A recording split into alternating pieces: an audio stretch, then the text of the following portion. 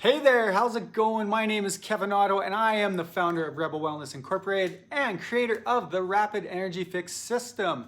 I help men and women increase their energy, focus, productivity, and libido. Today I am talking about the fraudulent and vicious cycle of caffeine for energy.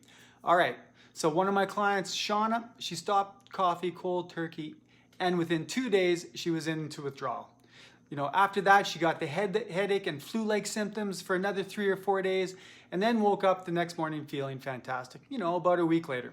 So now get this, she was only having 1 cup in the morning and sometimes a second cup after lunch, so she had enough energy to get things done around the house and make it to the end of the day. Otherwise, she was taking a nap with her kids. So Shauna thought that coffee was helping her and giving her all this extra energy, but in reality, it was sucking the energy right out of her. And here's why. When Shauna got up in the mornings, she wasn't feeling rested and needed that little pick-me-up that she got from caffeine and sugar. Lunch would roll around, and after she either needed a nap with her kids or another cup of joe just to make it through the day and get things done. So what's the big deal, you may ask?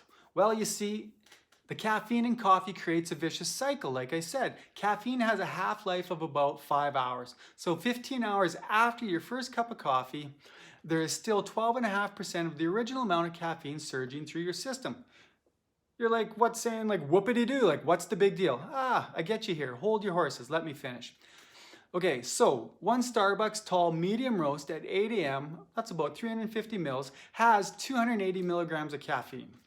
This means 15 hours later at 11 p.m. you still have 35 milligrams of caffeine in your system. Not a big deal, right? Or is it? So let's take that 1 cup and add a second cup at 1 p.m.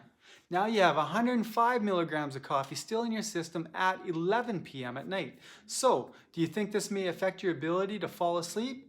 Maybe, maybe not. What about the quality of your sleep? Like, how deep will your sleep be?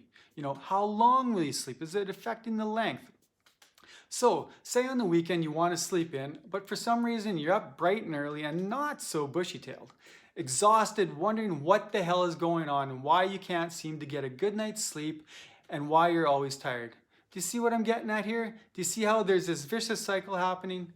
Add another cup of coffee after supper, say 6 o'clock, and then when 11 rolls around, you have 245 milligrams of caffeine bombing around as if you drank a cup of coffee right before you're getting ready for bed.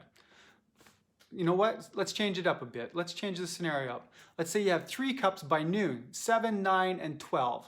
10 p.m. rolls around and you still have 151 milligrams of caffeine buzzing around your brain when you're supposed to be winding down and getting ready for a rejuvenating slumber. All right, so let's circle back to Shauna here. You know what?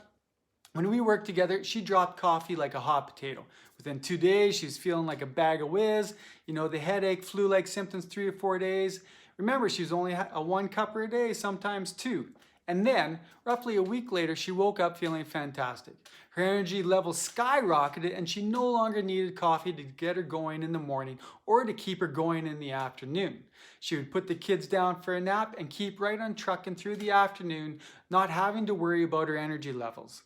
This is the vicious cycle of coffee and caffeine and the false energy that it brings. So if you're pounding coffee, energy drinks, or caffeine pills, there's a huge chance it's doing more harm than good. So now I want you to comment below on how much coffee you are drinking in a day, whether or not you think it is affecting the quality of your sleep. All right, guys, take care and we'll see you later.